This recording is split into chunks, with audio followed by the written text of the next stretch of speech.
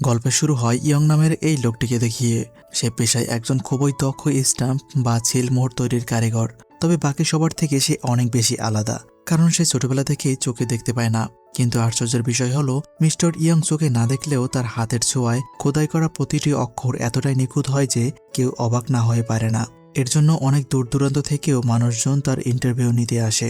এমনই একজন টিভি শোয়ের হোস্ট সুজিন নামের এই মেয়েটি তার ডকুমেন্টারি বানাতে এসেছে। সে ইয়ংকে জিজ্ঞেস করে, আপনি চোখে না দেখিয়েও কিভাবে এত নিখুঁত কাজ করেন? ইয়ং জানায় তার হাত এবং হাতের আঙুলগুলোই তার চোখ হিসেবে কাজ করে। জন্ম থেকে অন্ধ হওয়া সত্ত্বেও তার প্রখর অনুভূতির দক্ষতা তাকে আজ এই পর্যন্ত নিয়ে এসেছে। তবে বয়স বাড়ছে, তাই এখন স্টুডিওর সব দায়িত্ব তার একমাত্র ছেলে ডংয়ের উপর। সুজিন খেয়াল করে তার হাতের উপরে একটা আঘাতের চিহ্ন আছে। এই বিষয়ে প্রশ্ন করলে ইয়ং জানায় এই আঘাত সে ছোটবেলা পরে গিয়ে পেয়েছিল। তো এইসব কথাবার্তার মাঝে ইয়ং হঠাৎ ইন্টারভিউ থামিয়ে দিয়ে বলে এই সময়টাই সে রেস্ট নেয়, তাই এখন তার একটু ব্রেক দরকার। এই বলে সে পাশের রুমে চলে যায়। এইদিকে ডং আর সুজিন একে অপরের সাথে কথা বলতে শুরু করে। সুজিন ইয়ং এর কিছু পুরনো ছবি দেখে ডংকে বলে, আরে বাহ, তোমার বাবা তো যুবক বয়সে একদম তোমার মতোই দেখতে ছিল। ডং মুচকি এসে বলে, আমিও বাবাকে এই কথাটি একবার বলেছিলাম যে আমি দেখতে ঠিক তার মতোই হয়েছি। কিন্তু বাবা কথাটি শুনে কেন জানি খুশি হয়নি, বরং এক অদ্ভুত নীরবতায় ডুবে কিছু একটা চিন্তা করছিলেন। হয়তোবা সে নিজের চেহারা কখনো দেখতে পায়নি, এজন্য বুঝতে পারছিল না যে আমি দেখতে কেমন হয়েছি। দেখা যায় কিছুক্ষণ পর ইয়ং ব্রেক শেষ করে ফিরে এসেছে। এখন আবারও তার ইন্টারভিউ শুরু হয়। এরপরে সন্ধ্যাবেলা ডং তার বাবার জন্য কফি বানিয়ে আনে এবং তার সাথে গল্পগুজব করতে থাকে। ইয়ং বলে, রিপোর্টার মেয়েটা খুব জ্বালাতন করে, শুধু প্রশ্ন আর প্রশ্ন। ডং বলে, রিপোর্টাররা একটু এরকমই হয়, অবশ্য এতে আমাদেরই লাভ হচ্ছে, এতে স্টুডিওর প্রমোশন হবে, যা এমনিতে করতে গেলে অনেক কাঠখড় পোড়াতে হতো। ইয়ং তার এই কথার সাথে একমত হয়ে বলে, সেটা অবশ্য ঠিক বলেছ। তো এভাবেই বাবা ছেলের খুনসুটি চলছিল। কিন্তু হঠাৎ তখনই ডংয়ের ফোনে একটি অজানা কল আসে। একটু দূরে গিয়ে ফোনটা রিসিভ করতেই ওপাশ থেকে এক পুলিশ অফিসারের কণ্ঠ শোনা যায়। অফিসার তাকে ইয়নহু নামের এক মহিলার ব্যাপারে জানায়। সেই মহিলার নাকি লাশ পাওয়া গিয়েছে। ইয়নহু নামটা শুনে প্রথমে ডং চিনতে পারে না। তখন অফিসার তাকে বলে, মিস ইয়নহু ছিলেন আপনার মা। এই শুনে ডং একদম হতবাক হয়ে যায়। সে স্থির হয়ে কিছুক্ষণ দাঁড়িয়ে থাকে। এরপরে সে পুলিশ স্টেশনে চলে আসলে অফিসার তাকে ইয়নহুর অবশিষ্ট কঙ্কালটা দেখায়। ডং জিজ্ঞেস করে, এই কঙ্কালটাই যে আমার মায়ের, সেটা কিভাবে বুঝলেন? অন্য কারো তো হতে পারে। অফিসার বলে, এই কঙ্কালটার সাথে একটা আইডি কার্ড পাওয়া গিয়েছে, সেখানেই আপনার পরিচয় দেওয়া ছিল। পাহাড়ি অঞ্চলে কনস্ট্রাকশনের কাজ চলার সময়ে মাটির নিচ থেকে এই কঙ্কাল পাওয়া গিয়েছে। এর অবস্থা এতটাই খারাপ যে অনুমান করা হচ্ছে এটি প্রায় 40 বছর আগে দাফন করা হয়েছিল, অর্থাৎ ইয়নহু 40 বছর আগে মৃত্যুবরণ করেছিল। এখন প্রশ্ন হচ্ছে, সে কি আদৌ কোনো অ্যাক্সিডেন্টে মারা গিয়েছিল নাকি তাকে মেরে ফেলা হয়েছে? তবে অফিসারদের ধারণা, এভাবে লাশ পাহাড়ে দাফন করার মানে দাঁড়ায় কেউ তাকে মেরে লাশ গুম করতে চেয়েছিল। এখন ডং তার মায়ের সেই আইডি কার্ডটা হাতে নিয়ে দেখে তার মায়ের চেহারাটা স্পষ্ট বোঝা যাচ্ছে না। ময়লা আবর্জনার কারণে ছবিটা নষ্ট হয়ে গিয়েছে। এরপরে ডং তার মায়ের জন্য একটা ফিউনারেলের ব্যবস্থা করে। তবে তার মায়ের কোনো আত্মীয় স্বজন অনুষ্ঠানে আসেনি। সেখানে ডং আর তার বাবা ছাড়া অন্য কেউ ছিল না। এমনকি তার মায়ের ছবির ফ্রেমে কোনো ছবিও নেই, কারণ ডং তো কোনোদিনও তার মাকে দেখেনি এবং তাদের কাছে মায়ের একটা ছবিও নেই। তো ডং এই কষ্ট নিয়ে তার বাবাকে জিজ্ঞেস করে, আচ্ছা, আমার মা দেখতে কেমন ছিল আর কেনই বা সে আমাদের একা ফেলে চলে গিয়েছিল? মিস্টার ইয়ং বলে, একদিন আমি কাজ থেকে ফিরে এসে দেখি তুমি একা খাটে শুয়ে আছো, তবে তোমার মাকে আর কোথাও খুঁজে পাইনি। তখন ভেবেছিলাম হয়তোবা সংসারের অভাব সহ্য করতে না পেরে সে চলে গিয়েছে। এই শুনে ডং জানতে চায় তার মায়ের কোনো শত্রু ছিল কিনা। ইয়ং বলে, তোমার মা খুব নম্র আর শান্ত প্রকৃতির একজন মানুষ ছিল, তার মতো একজন মানুষের শত্রু থাকার কথা নয়। এমন সময় সেখানে সুজিন চলে আসে। ডং তাকে ওয়েলকাম জানিয়ে বলে, এই অবস্থায় আপাতত ডকুমেন্টারি বন্ধ রাখতে হবে।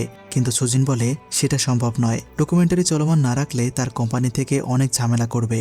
এই কথাবার্তার মাঝেই সেখানে দুজন বয়স্ক মহিলা এবং তাদের ছেলে হাজির হয়। ডং তাদেরকে রিসিভ করতে এগিয়ে আসে। জানতে পারে এরা হচ্ছে তার মায়ের আপন বোন। পুলিশ স্টেশন থেকে তাদের বোন মানে ইয়নহু এর মৃত্যুর খবর পেয়ে তারা এখানে এসেছে। তো এই জানতে পেরে ডং তাদেরকে বাসায় নিয়ে আসে। এরপর তারা সেখানে কথাবার্তা বলতে শুরু করে। কিছুক্ষণের মধ্যেই ডং এর কাজিন বলে ওঠে, তোমার মায়ের নামে কিছু সম্পত্তি আছে, তবে আমরা সেগুলো তোমাকে শেয়ার করতে পারবো না, কারণ তোমার মা নাকি ছোটবেলাতেই বাসা থেকে বেরিয়ে গিয়েছিল। এরপরে আর পরিবারের সাথে কোনো যোগাযোগ রাখেনি। বলতে গেলে সে আমাদের পরিবারের কেউই ছিল না। এই শুনে ডং তাদের থামিয়ে দিয়ে বলে, আমাদের কোনো সম্পত্তির প্রয়োজন নেই, দয়া করে এরকম একটা মুহূর্তে সম্পত্তি ভাগাভাগি নিয়ে কথা না বললে খুশি হব। আজ মায়ের ফিউনারাল হচ্ছে, কিন্তু ফ্রেমে কোনো ছবি নেই। যদি আপনাদের কাছে মায়ের একটা ছবি থাকে তাহলে প্লিজ সেটা দিয়ে সাহায্য করুন। এটাই হবে আমার সবথেকে বড় পাওয়া। এই শুনে আন্টিরে বলে তার মায়ের কোনো প্রকার ছবি তাদের কাছেও নেই, কারণ সে দেখতে খুবই কুৎসিত ছিল, তাই ইয়নহো কখনোই ছবি তুলতে পছন্দ করতো না। এসব শুনে ডং প্রচন্ড কষ্ট পায় এবং জিজ্ঞাসা করে তার মা এমন কি করেছিল যে তাকে বাসা থেকে চলে যেতে হয়েছে, আর কেনই বা এরপরে কেউ তার কোনো খোঁজ নেয়নি। এর উত্তরে আন্টিরা বলে ইয়নহো নাকি তার বাবাকে অন্য একটা মহিলার সাথে ঘনিষ্ঠ হতে দেখে ফেলেছিল এবং তার মাধ্যমেই এটা পুরো এলাকায় ছড়িয়ে পড়ে। সম্মানহানি আর প্রতিবেশীদের অপমানের ফলে রাগান্বিত হয় ইয়নহোয়ের মা ইয়নহোকে অনেক মারধর করত, এমনকি এর ফলে সে অনেকদিন অসুস্থ ছিল। এরপর একদিন ইয়নহো নিজে থেকেই রাগ অভিমান করে বাসা থেকে চলে যায়, সাথে করে নাকি তাদের বাসা থেকে টাকা পয়সা এবং স্বর্ণ চুরি করে নিয়ে এসেছিল। এরপর থেকে ইয়নহোয়ের সাথে তাদের আর কোনো যোগাযোগ হয়নি। আসলে ইয়নহোকে তারা এত বেশি ঘৃণা করত যে কেউ তার ব্যাপারে খোঁজ নেওয়ার বিন্দু পরিমাণেও চেষ্টা করেনি। ডং বলে এমনও তো হতে পারে তাকে কেউ কিডন্যাপ করে নিয়ে গিয়েছিল, এই ব্যাপারটাও কি কেউ একবার ভেবে দেখেনি? এই শুনে আন্টিরা হেও করে বলে এরকম কুৎসিত একটা মেয়েকে আবার কে কিডন্যাপ করবে, মানে কুৎসিত হওয়ার কারণে তাদের কাছে ইয়নহোর কোনো মূল্যই ছিল না। তো এসব কিছু শুনে ডং ভিতর থেকে ভেঙে পড়ে। এদিকে আবার দূর থেকে বসে এসব কিছু শুনছিল রিপোর্টার সুজিন। এরপর সিনশিপ হলে দেখা যায় রাতের বেলা ডং মন খারাপ করে রাস্তা দিয়ে হেঁটে যাচ্ছে, তখন সে হঠাৎ সুজিনকে দেখতে পায়। সুজিন তখন ফোনে তার বসকে বলছিল আমাদের ডকুমেন্টারিটা চলমান রাখার জন্য একটা নতুন টপিক পেয়ে গিয়েছি, মিস্টার ইয়ং এর স্ত্রীর গল্পটা আরো বেশি ইন্টারেস্টিং, আমি সেই গল্পটার পিছনে সমস্ত রহস্য বের করে আনতে চাই। এই শুনে ডং এর আরো খারাপ লাগে, কারণ সবাই নিজের নিজের স্বার্থের জন্য এগিয়ে যাচ্ছিল। এরপর দিন ডং তার বাবাকে মর্গে নিয়ে আসে শেষবারের মতো তার মায়ের কঙ্কালটি দেখার জন্য। ডংদের সাথে তার মায়ের পরিবারের লোকেরাও ছিল, তবে দেখা যায় প্রার্থনার সময় ইয়নহোয়ের মেজ বোন নাকে রুমাল দিয়ে রেখেছে।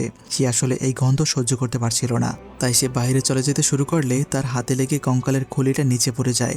এসব দেখে ডংয়ের তার মায়ের জন্য খুব কষ্ট হচ্ছিল, না জানি তার মা বেঁচে থাকতে আন্টিদের থেকে কত অপমান অবহেলা সহ্য করেছে, আর আজ মৃত্যুর পরেও তাদের অবহেলা থেকে রেহাই পেল না। তো এরপরে সব গেস্টরা চলে গেলে ডংয়ের ফোনে সুজিন কল করে এবং একটা ঠিকানা দিয়ে বলে অনেক বছর আগে তোমার মা একটা পোশাক কারখানায় কাজ করত, সেই গার্মেন্টসের কয়েকজন কর্মচারী এখনো জীবিত আছে, তাদের সাথে কথা বললে হয়তো তোমার মায়ের সম্পর্কে কোনো তথ্য পাওয়া যাবে। তো এই শুনে ডং সেই ঠিকানায় চলে আসে। প্রথমে সুজিনের সাথে দেখা করে তাকে বলে আমার মায়ের কেসটা নিয়ে ডকুমেন্টারি না করলে ভালো হয়, আমি চাই না এসব ঘটনা বাইরের মানুষ জানুক, কিন্তু সুজিন তাকে বোঝায় সে এটা তার ভালোর জন্যই করছে, তদন্ত করে অন্তত জানতে পারবে তার মায়ের মৃত্যু আসলে কিভাবে হয়েছিল। তো এরপর দুজন সেই কর্মচারীদের সাথে দেখা করতে ভিতরে আসে।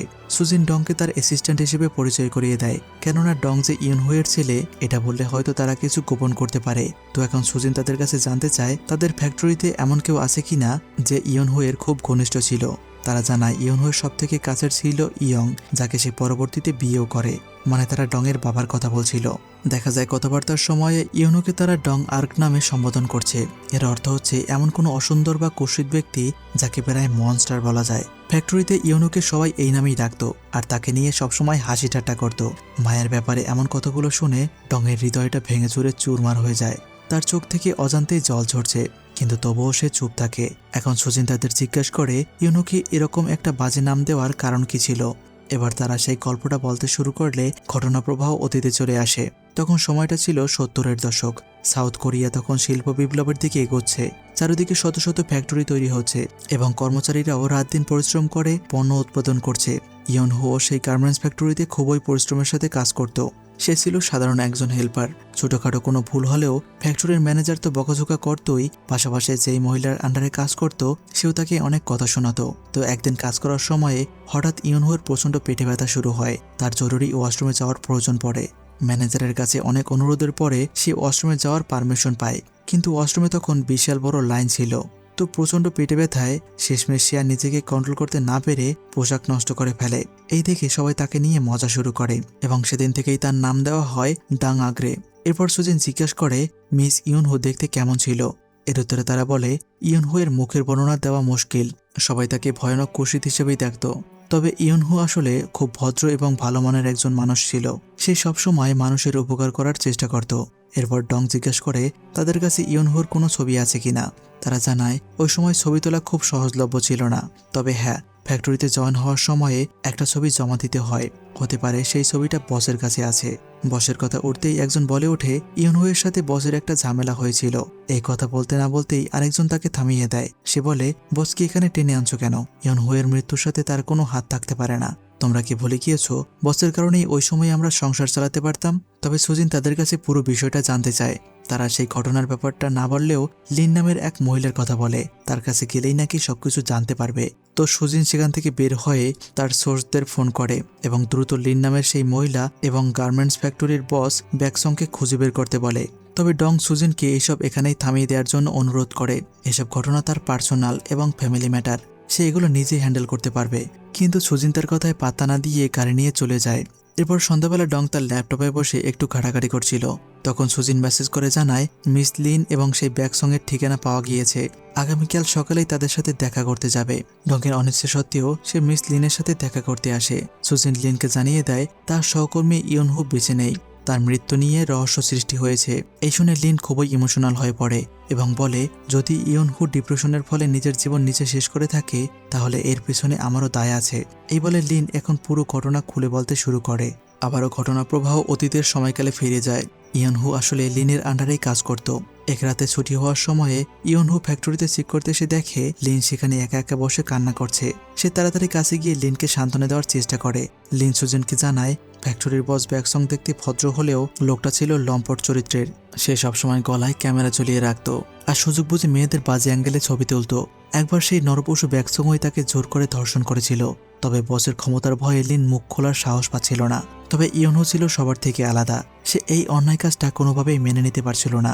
এরপর আমাদের অতীতের সময়ের মিস্টার ইয়ংকে দেখানো হয়। ততদিনে ইয়নহুয়ের বিয়ে হয়ে গিয়েছিল তার সাথে এবং তাদের কোল আলো করে ডংও চলে এসেছিল পৃথিবীতে। তখন ইয়ং আজকের দিনের মতো এত জনপ্রিয় ছিল না, সে সারাদিন ডংয়ের দেখাশোনা করত। এরপর রাতে যখন ইয়নহু কাজ থেকে ফিরে আসতো তখন ডংকে ইয়নহুয়ের কাছে দিয়ে সে সিলমোহর তৈরির কাজ করত। তো যেদিন লিনের সেই ঘটনা শুনে ইয়নহু বাড়ি ফিরে আসে সেদিন ইয়ংকে সে জিজ্ঞাসা করে আচ্ছা বলো তো, কেউ যদি ভালো মানুষ হওয়ার নাটক করে কিন্তু ভিতরে সে খুবই খারাপ একজন মানুষ হয়ে থাকে তাহলে তাকে কি করা উচিত? ইয়ং সেদিন চুপ করে থাকে। কেন সে এই প্রশ্ন করেছে সেটাও বুঝতে পারছিল না।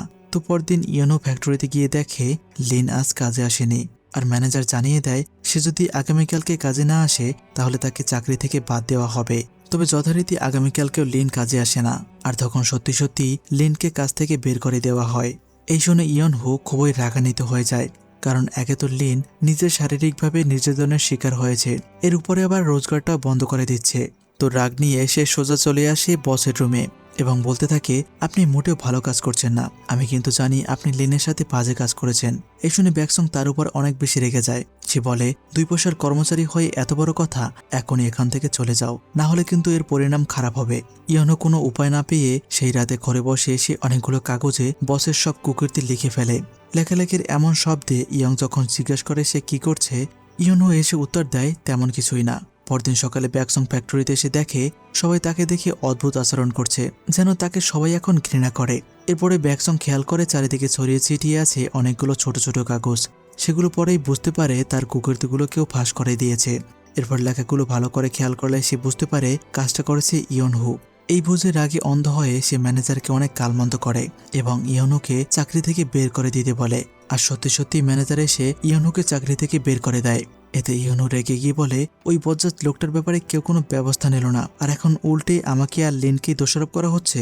এসব বলে সে যখন ব্যাকসংয়ের রুমের দিকে যেতে শুরু করে ঠিক তখনই সেখানে লিন চলে আসে আর সবাইকে অবাক করে দিয়ে ইয়নহুকেই চর মেরে বসে। সেদিন লিনের এই কাজে ইয়নহু প্রচণ্ড কষ্ট পেয়েছিল। এসব স্মৃতি মনে করে লিন অনুশোচনা করতে থাকে আর বলে ইয়নহু আমাকে সাহায্য করতে চেয়েছিল, কিন্তু আমি ঘাবড়ে গিয়ে ভুল করে তাকে দূরে ঠেলে দিয়েছিলাম। কারণ সমাজ বেশিরভাগ সময়ে ধর্ষিতা মেয়েকেই খুঁজতে থাকে, কে ধর্ষণ করলো আর কোনো শাস্তি হওয়া উচিত কিনা এসবের দিকে কারোর খেয়ালও থাকে না, বদনামটা শুধু মেয়েরই হয়। এসব কিছু বলে লিন অজরে কান্না করে।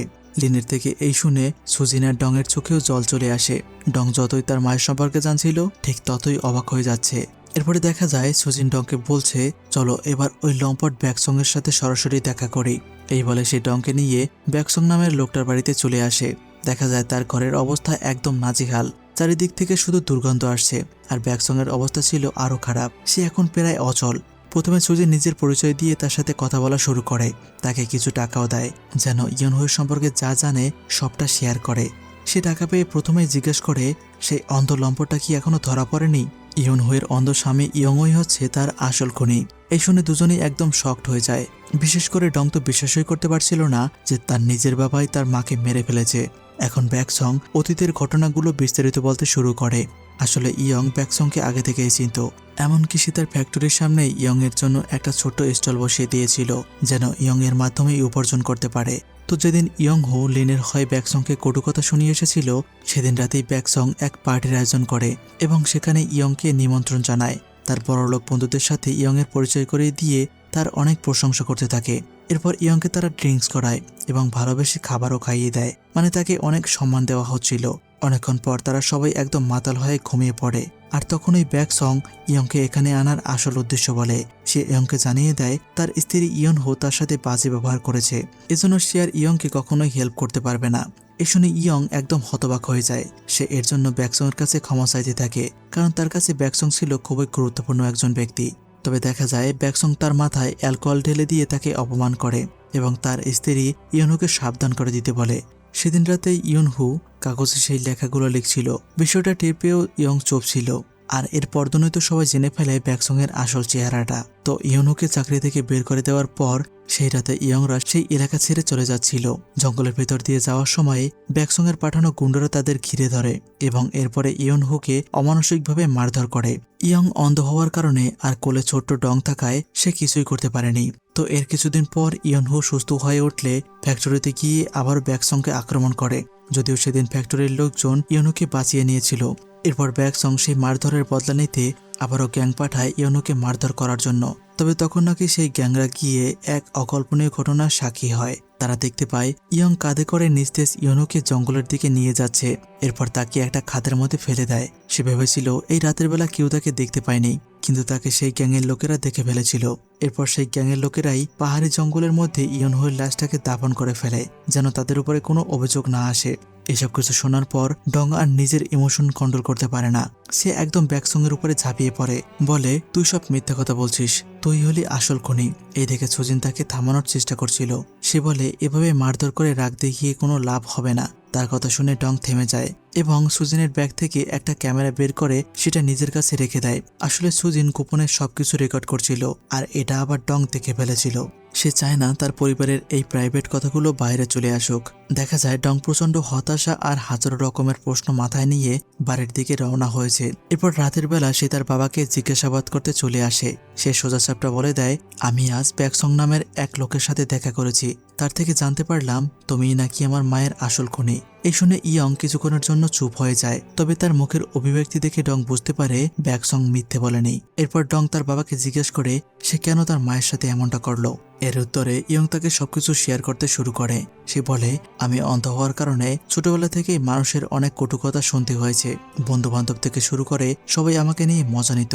তখন আমি একদম অসহায় হয়ে পড়তাম, নিজের জীবনটাকে নিজেই অনেক ঘৃণা করতাম। পরবর্তীতে ধীরে ধীরে যখন আমি স্ট্যাম্প তৈরির কাজটা শিখি, তখন এই কাজটাকে নিয়েই সারাদিন পড়ে থাকতাম, যেন মানুষের অপমানের কথাগুলো ভুলে থাকতে পারি। এরপর একদিন সেই ব্যাকসং আমাকে ফ্যাক্টরির সামনে একটা ছোট স্টল তৈরি করে দেয়, যেন আমি সেখানে বসে কাজ করে আয় রোজগার করতে পারি। সেদিন ছিল আমার জীবনের খুবই বিশেষ একটা দিন। মনে হচ্ছিল আমার স্বপ্নগুলো পূরণ হতে চলেছে। ধারণা করেছিলাম আমাকে সবাই এখন চিনতে পারবে এই শিল্পকর্মের মাধ্যমে, কিন্তু বাস্তবে কেউই আমার দোকানে আসতো না। এমনকি আমি একটা স্ট্যাম্পও বিক্রি করতে পারিনি। সবাই ভাবতো অন্ধ হওয়াতে আমি সুন্দরভাবে স্ট্যাম্প বানাতে পারবো না। তবে দেখতে দেখতে একদিন একটা মেয়ে ফ্যাক্টরির কাজের ফাঁকে আমার স্টলের সামনে আসে। সেই মেয়েটাই ছিল তোমার মা ইয়নহু। সেদিনই তার সাথে আমার প্রথম পরিচয় হয়। যেহেতু সে আমার প্রথম কাস্টমার ছিল, তাই আমি তাকে ফ্রিতে একটা স্পেশাল স্ট্যাম্প তৈরি করে দিয়েছিলাম। আর সেই স্ট্যাম্পটা ইয়নহুয়ের অনেক পছন্দ হয়েছিল। এরপর থেকে সে প্রতিদিন আমার সাথে এসে গল্প করত। এমনকি সে নিজের জন্য যা খাবার নিয়ে আসতো সেখান থেকে আমাকেও কিছু খেতে দিত। এই ভেবে আমার অনেক ভালো লাগতো যে জীবনে প্রথম আমাকে কেউ এভাবে গুরুত্ব দিচ্ছে, আমার সাথে গল্প করছে। ইয়নহুয়ের মিষ্টি গলা শুনলে আমার হৃদয় নিমেষেই সব কষ্ট ভুলে শীতল হয়ে যেত। একদিন দুজন লোক আমাকে বলল, তুমি তো অনেক ভাগ্যবান, এত সুন্দরী একটা মেয়ে তোমার সাথে গল্প করে, নিশ্চয়ই ও তোমাকে অনেক পছন্দ করে। তোমার উচিত দ্রুত তাকে প্রপোজ করে বিয়ে করে ফেলা। এই শুনে ইয়ং একটু ঘাবড়ে গিয়েছিল। সে ভাবছিল ইয়ংহু তাকে মেনে নেবে কিনা, যেহেতু সে খুব সুন্দরী। তবে দেখা যায় ইয়ংহু তার প্রস্তাবে রাজি হয়ে গিয়েছিল এবং সেই স্টলের সামনেই তাদের বিয়ে হয়। সেদিন বোধহয় পুরো পৃথিবীতে ইয়ং এর মতো খুশি আর কেউই ছিল না। প্রথম দিকে তারা বেশ সুখে শান্তিতে ছিল। 2 বছরের মাথায় ডংও পৃথিবীতে চলে আসে। আর্থিকভাবে অসচ্ছল হওয়ায় দুজনেই কাজ করত। একটু কষ্ট হতো ঠিকই, তবে ইয়ং এর এতে কোনো অভিযোগ ছিল না। ইয়ংয়ের সাথে সে বেশ ভালোই ছিল।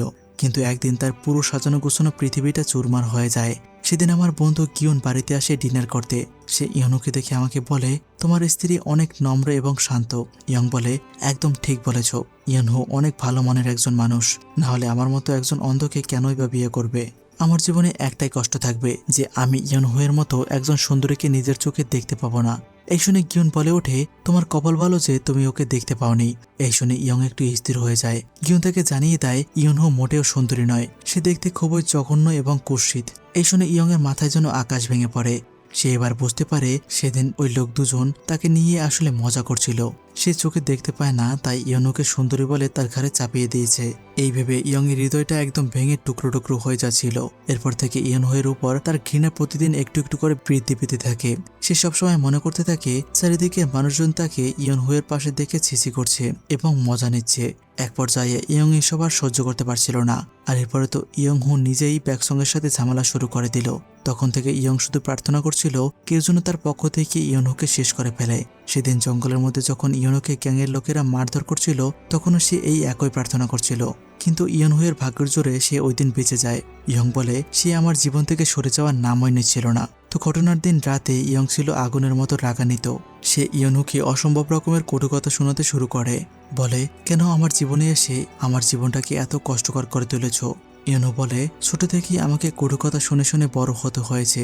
এমন একজন কেউ পাইনি যে আমার প্রশংসা করেছে, কিন্তু তুমি প্রথম ব্যক্তি যে আমাকে না দেখতে পাওয়ার ফলে কুৎসিত বলনি।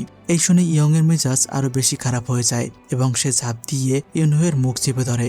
শ্বাস বন্ধ হয়ে যাওয়ার কষ্টে ইয়নহো ছাড়া পাওয়ার জন্য ছটফট করছিল। আর তখনই তার হাতের নখ দিয়ে ইয়ং এর হাতে ক্ষত তৈরি হয়। তবে সে ইয়নহোকে মুক্তি দেয়নি। শেষমেশ তার হাতেই ইয়নহোয়ের মৃত্যু ঘটে যায়। ইয়ং ডংকে বলে, ইয়নহো ছিল আমার জীবনের এক অপমানের নাম, যে কিনা নিজে থেকে আমার ঘাড়ে চড়ে বসেছিল। আর আমি সেই অপমানকে আমার জীবন থেকে ফেলে দিয়েছিলাম। এরপর তোমাকে নিয়ে শহরে চলে আসি। তুমি নিশ্চয়ই আমার কথাগুলো বুঝতে পারছো। এই বলে সে তার ছেলের দিকে এগোতে থাকে। কিন্তু ডংয়ের চোখ থেকে তখন অঝরে জল ঝরছে। সে তার বাবাকে বলে, আমি তোমাকে বুঝতে পারছি না, তোমাকে বাবা বলে ডাকতেও আমার ঘৃণা হচ্ছে এখন। এই শুনে ইয়ং বলে, তাহলে তুমি তোমার ছেলে না, তুমি একটা কিড যে ওই অপমানের ঘরে জন্ম নিয়েছিল। ডং উঠে দাঁড়িয়ে বলে, আর তুমি হলে একজন খুনি। এই শুনে ইয়ং রেগে যায় আর বলতে থাকে, আমি খুনি নই, আমি একজন মহান শিল্পী যিনি হাতের আঙুল দিয়ে পৃথিবী দেখে। তো এরপর আমাদের কিছুদিন পরের দৃশ্য দেখানো হয়। দেখা যায় ডং একটা রেস্টুরেন্টে সুজিনের সাথে দেখা করছে। আসলে ডং নিজেই তাকে আসতে বলেছিল, কারণ সে ওই ক্যামেরাটা ফেরত দিতে চায়। সুজিন বলে, তুমি কি শিওর আমি ক্যামেরাটা নিয়ে যাব? সে ভাবছিল ডং তার বাবার সম্পর্কে সব সত্য জানিয়ে দিতে বলছে, কিন্তু ডং জানায় সে কিছু ফুটেজ ডিলিট করে দিয়েছে। সে শুধু চায় তাদের ফ্যামিলির ভালো দিকগুলোই ডকুমেন্টারিতে উঠে আসুক, সেই কালো সত্যকে সে প্রকাশ করতে চায় না। এই শুনে সুজিন টেবিলে একটা খাম রেখে বলে, সেদিন ডং ব্যাকসংয়ের বাসা থেকে চলে আসার পর সে ব্যাকসংয়ের সাথে আরো কিছু কথা বলছিল। তখন ব্যাকসং জানায় তার কাছে ইয়নহোয়ের একটা ছবি আছে, যে ছবিটা সে নিজেই তুলেছিল ইয়নহোকে তার ফ্যাক্টরিতে জয়েন করানোর জন্য। সে সবসময় তার মুখটা ঢেকে রাখত যেন কেউ তাকে কুৎসিত বলতে না পারে। তো সেই ছবিটা এই খামের ভিতর দিয়ে সুজিন চলে যায়। এরপর ডং সেই ছবিটা বের করে জীবনে প্রথমবারের মতো তার মাকে দেখে। ডং শুধু ভাবছিল তার মা এই চেহারার জন্য কত হাজারো অত্যাচার অবহেলা সহ্য করেছে। নিজের আপন পরিবার, অফিসের কলিগ, এমনকি শেষ পর্যন্ত নিজের হাজবেন্ডের কাছ থেকেও লাঞ্ছনা সহ্য করতে হয়েছে তাকে। মানুষ কখনো তার ভেতরটা অনুভব করার চেষ্টাও করেনি। সবাই শুধু বাইরের রূপ সৌন্দর্যের পেছনেই ছোটে। ডং তার মায়ের জীবন সংগ্রামের কথা ভেবে কান্না করতে থাকে। আজ তার মা বেঁচে থাকলে সে হয়তো তাকে অনেক ভালো একটা জীবন উপহার দিতে পারত, কিন্তু সেই সৌভাগ্য তার কপালে নেই। আর এখন ডংয়ের এই কান্নারত অবস্থা দেখিয়েই এই গল্পটার সমাপ্তি ঘটে। আসলে এই গল্পটি আমাদের চোখে আঙুল দিয়ে দেখিয়ে দেয় কুৎসিত আসলে ইয়ংহো ছিল না, কুৎসিত ছিল এই সমাজ এবং তার স্বামী মিস্টার ইয়ং এর চিন্তাধারা। অর্থাৎ সৌন্দর্য শুধু গায়ের রঙে নয়, মানুষের ব্যক্তিত্বে এবং ভালোবাসায় থাকে।